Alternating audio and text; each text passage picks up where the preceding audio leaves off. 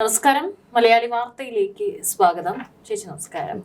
നമുക്കറിയാം, ഡൽഹിയിൽ വളരെ രാജ്യത്തെ മുഴുവൻ നടക്കുന്ന ഒരു സ്ഫോടനമാണ് നടന്നത്. ഇപ്പോൾ നമ്മുടെ കേന്ദ്ര അന്വേഷണ ഏജൻസികളൊക്കെ തന്നെ അന്വേഷണം അവിടെ പുരോഗമിച്ചുകൊണ്ടിരിക്കുകയാണ്. ഓരോ ദിവസം ഓരോ വളരെ നടക്കുന്ന തെളിവുകളൊക്കെ തന്നെ ഈ പറയുന്ന ഭീകരർക്ക് ഏതൊക്കെ സ്ഥലങ്ങളുമായി ബന്ധമുണ്ട് എന്നുള്ളതിന്റെ തെളിവുകളൊക്കെ തന്നെ പുറത്തു വരുന്നുണ്ട്.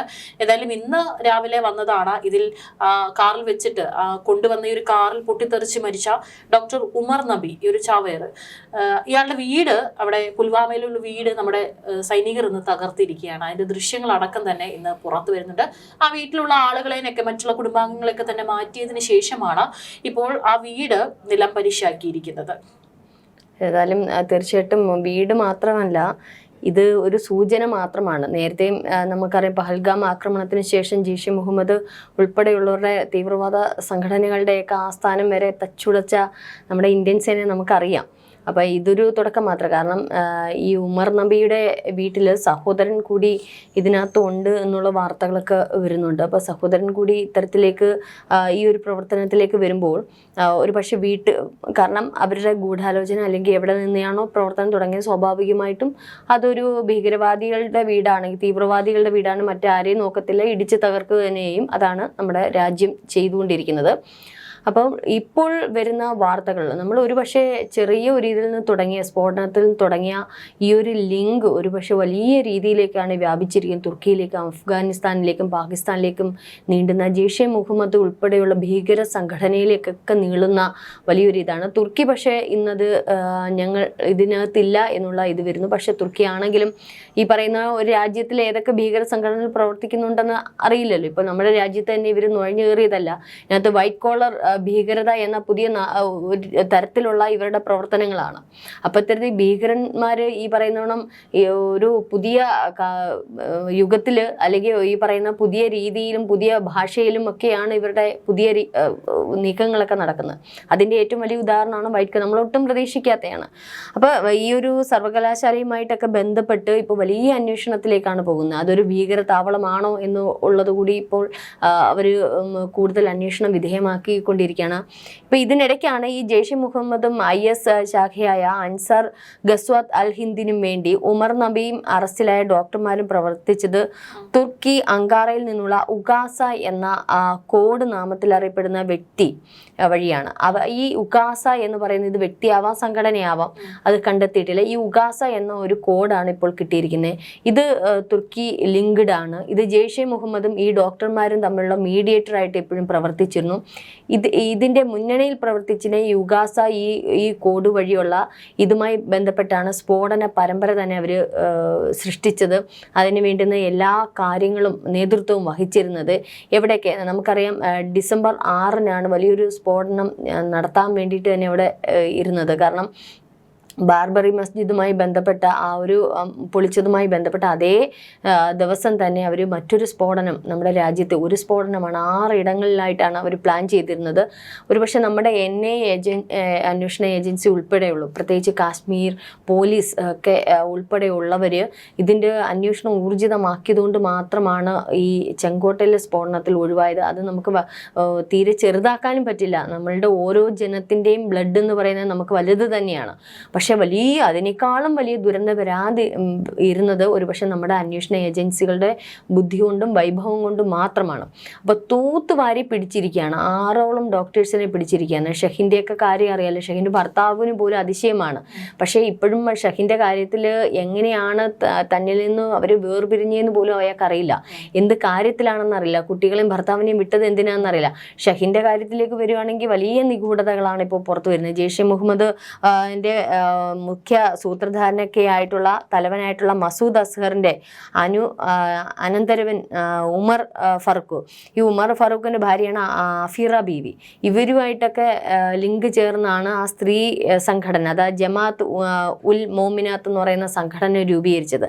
അപ്പോൾ ഈ അമീറയുമായിട്ടൊക്കെ ഷെറിന് ഭയങ്കര ബന്ധമുണ്ട് എന്നുള്ള വാർത്തകളൊക്കെയാണ് വരുന്നത്. അപ്പോൾ അത്തരത്തിൽ അത് മാത്രമല്ല, മസൂദ് അസ്ഹറിൻ്റെ ഇളയ സഹോദരിയായ സാദിയ ഉൾപ്പെടെ ഇവരൊരു ഗ്യാങ് ആയിരുന്നു. അപ്പോൾ ഇതിലെ ഷഹീൻ ആയിരുന്നു ഈ ഇന്ത്യൻ സംഘടനയിലെ ലീഡർ. ഇവിടെ ആൾക്കാരെ, സ്ത്രീകളെ കൊണ്ടുവരുന്നതും അവർക്ക് ഈ പറയുന്ന പണം സ്വരൂപിക്കുന്നതൊക്കെ ഷഹീൻ്റെ പേരിലാണ്. അപ്പോൾ ഇപ്പോൾ വരുന്ന ഒരു സൂചനകൾ എന്ന് വെച്ചാൽ ഒരു പക്ഷേ കുട്ടികളൊക്കെ ഉണ്ടായ സന്ദർഭങ്ങളിൽ ഈ പറയുന്ന ഡോക്ടർ എന്ന് പറയുന്ന പദവി ഈ പറയുന്ന അഫീറിയായിട്ടൊക്കെ ഉള്ള ബന്ധവുമായിട്ടൊക്കെ ബന്ധപ്പെട്ടാണ് ഈ പറയുന്ന ബന്ധം സ്ഥാപിക്കുകയും ജെയ്ഷെ മുഹമ്മദ് പാർട്ടിയിലോട്ടൊക്കെ ഈ സംഘടനയിലെ തീവ്രവാദ സംഘടനയിലേക്ക് ഈ ഷഹീൻ എത്തിയത്. നല്ലൊരു കുടുംബിനിയായിരുന്നു, പുരോഗമന ചിന്താഗതിയുള്ള ഒരു വ്യക്തിയായിരുന്നു. മാത്രമല്ല അവർ ഈ തട്ടം ഉണ്ടല്ലോ അതുപോലും ധരിക്കത്തില്ലായിരുന്നു. അതുമാത്രമല്ല ഒരു ഡോക്ടറാണ്. കുഞ്ഞുങ്ങൾ കുടുംബം അടങ്ങുന്ന പുറത്തു പോയി നല്ല രീതിയിൽ സെറ്റിലാവണം എന്ന് കരുതിയിരുന്ന അവരുടെ സ്വഭാവമാണ് പെട്ടെന്ന് മാറിയത്. ഭർത്താവുമായിട്ട് പിണങ്ങി ഡിവോഴ്സിന്റെ വക്കിലെത്തിയത്. ഭർത്താവല്ല പിരിഞ്ഞത്, ഇവരാണ് പിരിഞ്ഞത്. അപ്പം ഒരു പക്ഷേ സ്വതന്ത്രമായിട്ട് ഈ ഭീകര സംഘടനയിൽ പ്രവർത്തിക്കണം എന്നുള്ള ഉദ്ദേശത്തോടു കൂടി കുട്ടികളെയും ഭർത്താവിനെയും ഉപേക്ഷിച്ചു. സാധാരണ അമ്മമാരൊക്കെ ഡിവോഴ്സ് ചെയ്യുമ്പോൾ അമ്മമാരുടെ അടുത്തേക്ക് കുട്ടികളെ കൊണ്ടുപോകാറാണ് പതിവ്. പക്ഷേ ഇത് നേരെ ഓപ്പോസിറ്റാണ് സംഭവിച്ചത്. കുടുംബവുമായിട്ടൊക്കെ വേറിട്ട് നിൽക്കുമായിരുന്നു. ഒരു വല്ലാത്ത അകൽച്ച കുടുംബത്തിലേക്ക് കാണിച്ചത്. അതൊരു പക്ഷേ ഈ സംഘടനയുമായിട്ടൊക്കെ ബന്ധപ്പെട്ട് നിലനിൽക്കാൻ വേണ്ടിയിട്ടായിരിക്കാം. ഏതായാലും ഷഹീൻ്റെയൊക്കെ കാര്യം ബാക്ക്ഗ്രൗണ്ടൊക്കെ ചെയ്യുമ്പോൾ വലിയ നമുക്ക് ഒട്ടും ചിന്തിക്കാൻ പറ്റുന്നതിലും അപ്പുറമുള്ള കാര്യങ്ങളൊക്കെയാണ് പുറത്തു വരുന്നത്. അപ്പോൾ ഇത്തരത്തിൽ വൈറ്റ് കോളർ ഭീകരത എന്ന് പറയുമ്പോൾ ഇതിൽ ഉന്നത വിദ്യാഭ്യാസമുള്ള ആൾക്കാരെ അവരുടെ മതം എന്ന് പറയുന്ന രീതി അവരെ ബ്രെയിൻ വാഷ് ചെയ്ത് അതിനകത്തേക്ക് കടത്തി അവരെ ഇതിലേക്ക് ഈ സംഘടനയിലേക്ക് ക്യാച്ച് ചെയ്ത് എന്ത് ചെയ്യും, ഭീകര പ്രവർത്തനത്തിന് വിനിയോഗിക്കുന്നു. അപ്പോൾ പുതിയ തരത്തിലാണ് ഇപ്പം സ്റ്റുഡൻസ് ഉൾപ്പെടെ പെട്ടിരിക്കുന്നു. ഈ സർവകലാശാലയുമായി ബന്ധപ്പെട്ട നിരവധി കാര്യങ്ങളാണ് ഇപ്പോൾ എന്നെ അന്വേഷണം. ഇപ്പം ഈ അൽഫല സർവകലാശാലയുടെ രജിസ്ട്രേഷൻ തന്നെ ഇപ്പം നിർത്തലാക്കാൻ പോകും, സസ്പെൻഡ് ചെയ്തേക്കുവാണ്. മാത്രമല്ല അൽഫല സർവകലാശാല അത്ര നല്ല ഇതുള്ള അംഗീകാരമൊന്നും ഇല്ല. ഈ പറഞ്ഞോണം അവിടെ അത്ര നല്ല പ്രവർത്തനമൊന്നും അല്ല നടക്കുന്നത് എന്നുള്ളതാണ് വരുന്ന തെളിവുകൾ. വെറും ഒരു എഞ്ചിനീയറിംഗ് കോളേജ് പിന്നെ മെഡിക്കൽ കോളേജ് ആക്കുന്നു, ആതുര സേവനങ്ങൾ നടത്തുന്നു, വിദ്യാഭ്യാസം ഫ്രീ ആക്കുന്നു. അപ്പോൾ ഇത്തരത്തിൽ വലിയ നീക്കങ്ങളുണ്ട്. ഈ അൽഫല സർവകലാശാലയിലെ ട്രസ്റ്റ് മെമ്പേഴ്സിൻ്റെയൊക്കെ നേരെ അവരുടെയൊക്കെ ലിങ്ക് പോകുന്നത് ഈ പറയുന്നത് പോലെ UAE അടങ്ങുന്ന അങ്ങോട്ടേക്കാണ്. അവർക്കും ഈ പറയുന്ന ജെയ്ഷെ മുഹമ്മദുമായിട്ടൊക്കെ കുറച്ച് ബന്ധങ്ങളുണ്ട് എന്നറിയുന്നു. അപ്പോൾ ഒന്ന് നോക്കിക്കൊണ്ട് ഒരു സർവകലാശാലയെ ഒരു ഭീകര കേന്ദ്രമാക്കി ഉള്ള പുതിയ തന്ത്രങ്ങളൊന്ന് ആലോചിച്ച് നോക്കും. നമ്മുടെ രാജ്യത്ത് ഇനി നമ്മുടെ സംസ്ഥാനങ്ങളിൽ എവിടെയൊക്കെ എന്തൊക്കെയുണ്ടെന്ന് ഇനി കണ്ടു തന്നെ അറിയാം. അപ്പോൾ ഇത്തരത്തിൽ അന്വേഷണം ഇപ്പോൾ കൃത്യമായിട്ട് നല്ല രീതിയിൽ വ്യാപിച്ചേക്കുക. ഏകദേശം 10-30 കാറുകളോളം തെരഞ്ഞുകൊണ്ടിരിക്കുന്ന കുറേ എണ്ണം പിടിച്ചെടുത്തു. അതിൽ നിന്നൊക്കെ പല തെളിവുകൾ കിട്ടി. പലയിടത്തുനിന്നും പാഞ്ഞു നടക്കുകയാണ്. ഇവരുമായിട്ട് ലിങ്ക് ചെയ്തിട്ടുള്ള എല്ലാ ആൾക്കാരും 10-600 പേരെ ഇപ്പോൾ അന്വേഷണ ഉദ്യോഗസ്ഥർ ഇത് എടുത്തിരിക്കണം. ഒന്നാമത് നമ്മുടെ വിജയം എന്ന് പറയുന്നത് ഒരുപക്ഷെ ഗാസയിലും മറ്റുള്ളയിടത്തും ഈ ഭീകര പ്രവർത്തനങ്ങൾ ഉണ്ട്. പക്ഷെ അവിടെയൊന്നും ഇല്ലാത്ത ഒരു ഐക്യം നമ്മുടെ രാജ്യത്തിലുണ്ട്. അവിടെ ഈ മതത്തിനേക്കാൾ അപ്പുറം മനുഷ്യർ തമ്മിലുള്ള ഒരു ഐക്യമുണ്ട്. നേരത്തെയുള്ള കാലഘട്ടം ഇപ്പോൾ കാർഗിൽ യുദ്ധ സമയത്തൊക്കെ കാശ്മീരി ജനങ്ങൾ ഒരു വിഭാഗം ഈ തീവ്രവാദ സംഘടനകളുമായിട്ട് വലിയ ബന്ധമുള്ളവരാണ്. പക്ഷെ ഇപ്പം അങ്ങനെയല്ല. ഇപ്പോൾ ഏകദേശം ഒരു 10-12 വർഷത്തോളം അവർ യഥാർത്ഥ സമാധാനമുള്ള ഒരു ജീവിതം ആഗ്രഹിക്കുന്നുണ്ട്. അവിടുത്തെ പ്രവർത്തനങ്ങൾ പോലീസും അതുപോലെ ആർമിയുമായിട്ട് ലിങ്ക് ചെയ്ത് വലിയ രീതിയിലാണ് അവർ പ്രവർത്തിക്കുന്നത്. അതുകൊണ്ട് തന്നെ ഏത് ചെറിയ സംശയങ്ങൾ പോലും പോലീസിനെ കൃത്യമായിട്ട് അറിയിക്കും. അവിടുത്തെ IPS ഉദ്യോഗസ്ഥരാണ് കാശ്മീരിൻ്റെ കൂടുതൽ പോലീസ് നിയന്ത്രണങ്ങൾ ഏറ്റെടുത്തിരിക്കുന്നത്. അപ്പോൾ സ്വാഭാവികമായിട്ട് അത്രയും ബ്രില്യൻ്റ് ആയിട്ടുള്ള ആൾക്കാരാണ് അവിടെ ഉള്ളത്, പോലീസ് സേനയിലുള്ളത്. മാത്രമല്ല അവിടുത്തെ പോലീസ് സേന മാത്രമല്ല ആർമിയുമായിട്ട് ഭയങ്കര ലിങ്ക്ഡ് ആണ്.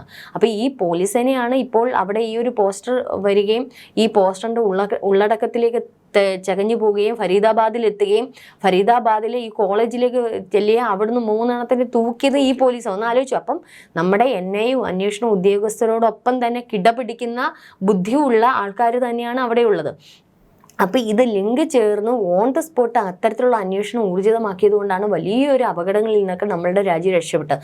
മാത്രമല്ല അവിടെയുള്ളവർ തന്നെ ഉമാർക്ക് ഒറ്റ കൊടുക്കുന്നുണ്ട്.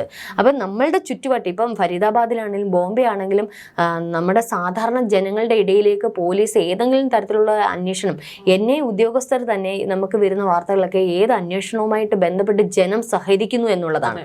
നമ്മുടെ രാജ്യം ഒറ്റക്കെട്ടായിട്ട് നിൽക്കുന്നു എന്നുള്ളതാണ് ഏറ്റവും വലിയ സന്തോഷം. ഇതിപ്പോൾ ഇന്ന് അമേരിക്ക അമേരിക്ക പോലും അപ്രീഷിയേറ്റ് ചെയ്തിരിക്കുകയാണ് നമ്മുടെ ഉൾപ്പെടെയുള്ള അന്വേഷണ ഏജൻസികൾ പോലീസിനെയൊക്കെ. എന്തുകൊണ്ടാണ് ഇത്ര വേഗമാണല്ലോ നിങ്ങൾ ഇത്രയധികം കണ്ടെടുത്തത്, ഇവന്മാരുടെ അടിവേര് വരെ മാന്തി എടുത്തല്ലോ എന്നുള്ളത്. പക്ഷെ വേറൊരു രാജ്യത്തും ഒരു പക്ഷെ നമ്മൾ എപ്പോഴും പറയുന്നത് ഇസ്രായേൽ മൊസാദിനെ പറ്റിയാണ്. പക്ഷെ അവർക്ക് പോലും ഇല്ലാത്ത വലിയൊരു എന്താ പറയുക അന്വേഷണത്തിന് ത്വര അല്ലെങ്കിൽ ബുദ്ധിവൈഭവം ഒക്കെ നമ്മുടെ രാജ്യത്തെ ഉദ്യോഗസ്ഥർക്ക് ഉണ്ട് എന്നുള്ളതാണ്. ഇവിടെയൊക്കെയാണ് നമ്മുടെ വിജയം എന്ന് പറയുന്നത്. ഏതായാലും തീവ്രവാദികൾ നമ്മുടെ നാട്ടിൽ അധികം നാളും നിൽക്കത്തില്ല എന്നുള്ളത് ഉറപ്പ് തന്നെ. നിർത്താൻ ജനം സമ്മതിക്കത്തില്ല. ഇതിൽ നിന്ന് വേറൊരു കാര്യം കൂടെ വന്നിട്ടുണ്ടായിരുന്നു. ഇപ്പോൾ അറസ്റ്റിലായിട്ടുള്ള അതിൽ ഒരാള് പഠിച്ചത് നമ്മുടെ തിരുവനന്തപുരം മെഡിക്കൽ കോളേജിലാണ് എന്നുള്ളത്. അതിൽ ഡോക്ടർ മുഹമ്മദ് ആരിഫ് ആണ് മെഡിക്കൽ കോളേജിൽ പഠിച്ചിട്ടുണ്ട്. അതും സാധാരണ എൻട്രൻസ് എക്സാം ഒക്കെ വഴിയാണ് ഇവിടെ പഠനത്തിനെത്തിയത്. ഉത്തർപ്രദേശിലെ കാൺപൂർ സർക്കാർ മെഡിക്കൽ കോളേജിൽ ഗണേഷ് ശങ്കർ വിദ്യാർത്ഥി മെമ്മോറിയലിന്റെ കാർഡിയോളജി വിഭാഗത്തിലാണ് ഇപ്പോൾ അയാൾ അവിടെ ജോലി ചെയ്തുകൊണ്ട് വരുന്നത്. ഇവിടെ നമ്മൾ ഏറ്റവും അധികം ശ്രദ്ധിക്കേണ്ടുന്ന ഒരു കാര്യം, ഇപ്പൊ റാണയുടെ മുംബൈ സ്ഫോടനമായാലും റാണയുടെ കാര്യം എടുത്താലും പഹൽഗാം കാര്യം എടുത്താലും എല്ലാത്തിനും വേര് കേരളത്തിലോട്ട് വന്നിട്ടുണ്ട് അല്ലേ. ജ്യോതി മൽഹോത്ര ഒക്കെ വേരെവിടെയാണ് എത്തിയിരിക്കുന്നത്? ഇങ്ങേ അറ്റത്തെ റൂട്ടിന്റെ ഒരു ഭാഗം നമ്മുടെ കേരളത്തിലുണ്ട്. ഇതിൽ നിന്ന് മനസ്സിലാക്കേണ്ടുന്ന ഒരു കാര്യം, നമ്മളിപ്പോൾ ഒരു തീവ്രവാദി ആക്രമണം അല്ലെങ്കിൽ അങ്ങനെയുള്ള എന്തെങ്കിലുമൊക്കെ വന്നാൽ നേരെ ഈ പറയുന്ന കാശ്മീർ, മുംബൈ, ഡൽഹി അല്ലെങ്കിൽ ഇത്തരത്തിലുള്ള പ്രദേശങ്ങളിലായിരിക്കും കൂടുതൽ അന്വേഷണം നടത്തിക്കൊണ്ടിരിക്കുന്നത്.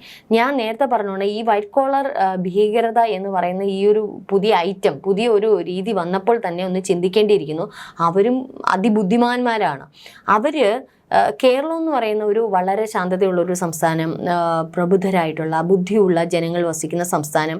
ഇവിടെ അധികം ഈ ഭീകരവാദ പ്രവർത്തനവുമായി ബന്ധപ്പെട്ട് വലിയ അന്വേഷണങ്ങളൊന്നും വന്നിട്ടില്ല. ഇവിടെയുള്ള കൊച്ചു കൊച്ചു അഴിമതികളും അല്ലെങ്കിൽ ED ഇങ്ങനെയൊക്കെയുള്ള ചില കാര്യങ്ങളല്ല തീവ്രവാദ പ്രവർത്തനവുമായിട്ട് ബന്ധപ്പെട്ട് വന്നില്ല. കാരണം ഒരുപക്ഷെ നമ്മുടെ ഇവിടുത്തെ പൊളിറ്റിക്സ് അത്തരത്തിലാണ്.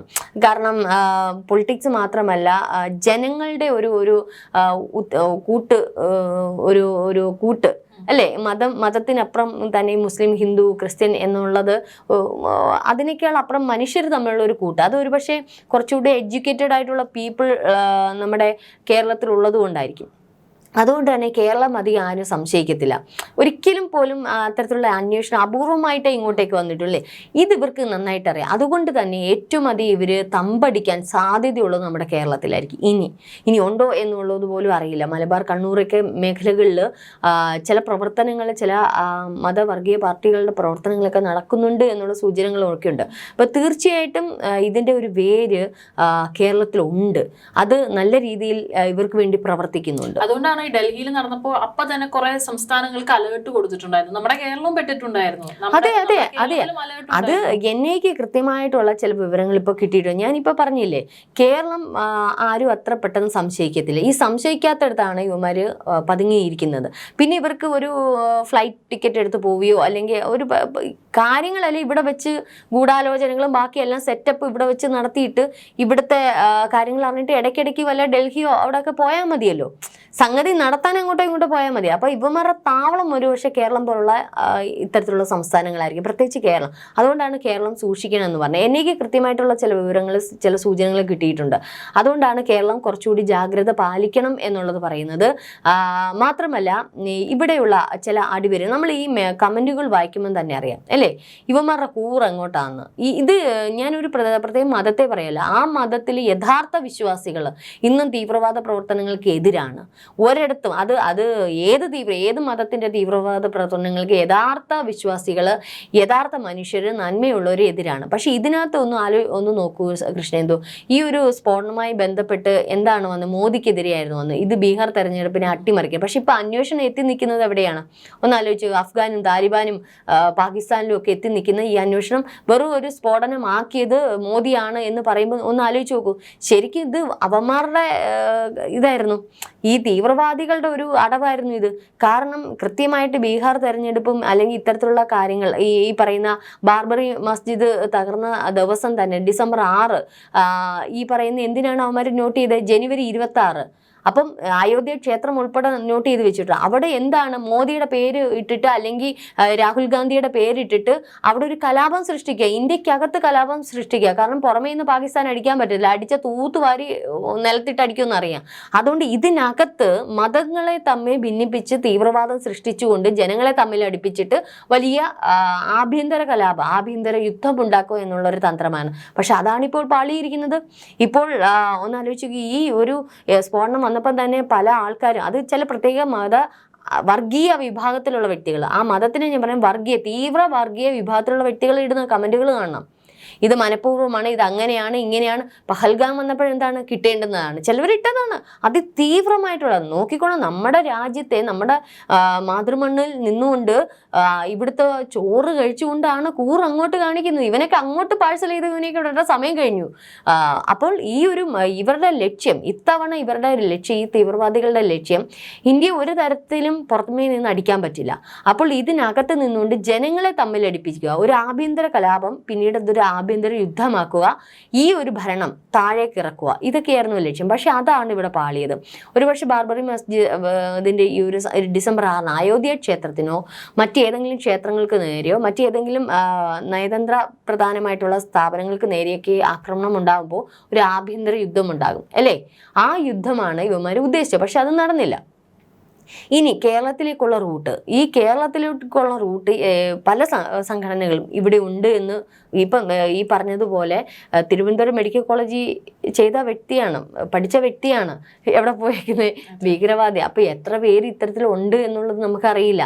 ഇവർ സ്ലീപ്പർ സെല്ലുകളായിട്ട് കിടക്കുകയാണ്. നമുക്കറിയില്ല ഇവർ നല്ലവരാണ്, നമ്മളുടെ കൂടെ ജോലി ചെയ്യുക, നമ്മളുടെ കൂടെ ഭക്ഷണം കഴിക്കുക, നമ്മുടെ കൂടെ സൗഹൃദം പങ്കിടുക, ഇവർ നല്ലവരാണോ ചീത്തവരാണോ നമുക്കറിയത്തില്ല. അപ്പോൾ ഈ വ്യക്തിയുടെ കൂടെ പഠിച്ചിട്ടുള്ള വ്യക്തികളുടെ കാര്യമൊന്നും ആലോചിച്ച് ഒരുമിച്ച് ഒരുപക്ഷെ അവർ പോയിട്ടുണ്ടാകും, വന്നിട്ടുണ്ടായിരിക്കാം, ആഹാരം കഴിച്ചിട്ടുണ്ടായിരിക്കാം. പക്ഷെ പിന്നീടാണ് അറിയുന്നത് ഇത്തരത്തിലുള്ള തീവ്രവാദ പ്രവർത്തനം ഉണ്ട് എന്നുള്ളത്. നമ്മുടെ രാജ്യത്തിനകത്തുള്ളവരാണ് ഇത്തരത്തിൽ ഇപ്പോൾ ചെയ്തിരിക്കുന്നത്. ഇതൊന്നും രാജ്യത്തിന് പുറത്തുള്ളവരല്ല, പാകിസ്ഥാനികളല്ല, ഇത് ഇന്ത്യക്കകത്തുള്ള സംഘടനയാണ്. അതായത് ജെയ്ഷെ മുഹമ്മദിന്റെ ലിങ്ക് ഇന്ത്യക്കകത്തുണ്ട്. ഇന്ത്യയിലെ ആൾക്കാരെ വെച്ചാണ് അവരിപ്പോൾ പ്രവർത്തനം നടത്തിക്കൊണ്ടിരിക്കുന്നത്. അതായത് നമ്മുടെ സ്വന്തം ജനത്തിനെ വെച്ചുകൊണ്ട് നമ്മുടെ സ്വന്തം ജനത്തിന്റെ രക്തം ചിന്തുക എന്ന പുതിയ അടവ്, അതാണ് ഇപ്പോൾ അന്വേഷണം ഏതായാലും നല്ല രീതിയിൽ പുരോഗമിക്കുന്നതുകൊണ്ട് ഇതിന്റെ അടിവേര് മാന്തേണ്ടതിരിക്കുന്നു. കുറേ കാലം പിടിക്കും ഇത്. കാരണം ഇത് കുറേ സ്പ്രെഡായിട്ടുണ്ട്. ഈ ക്യാൻസർ പല രീതിയിൽ സ്പ്രെഡാകുമ്പം കുറേയൊക്കെ മുറിച്ചു മാറ്റാൻ പറ്റും, കുറേയൊക്കെ നമുക്ക് കീമോ ചെയ്യാൻ പറ്റും, കുറേയൊക്കെ മെഡിസിൻസ് കഴിക്കാൻ പറ്റും. എന്നാൽ അതിൻ്റെ വേരുകളൊക്കെ എവിടെയൊക്കെ ഉണ്ടെങ്കിൽ തുടച്ചു നീക്കാൻ കുറച്ച് കാലം എടുക്കും. ഏതായാലും കാലമെടുത്ത് തന്നെ ഈ അന്വേഷണം പുരോഗമിക്കട്ടെ.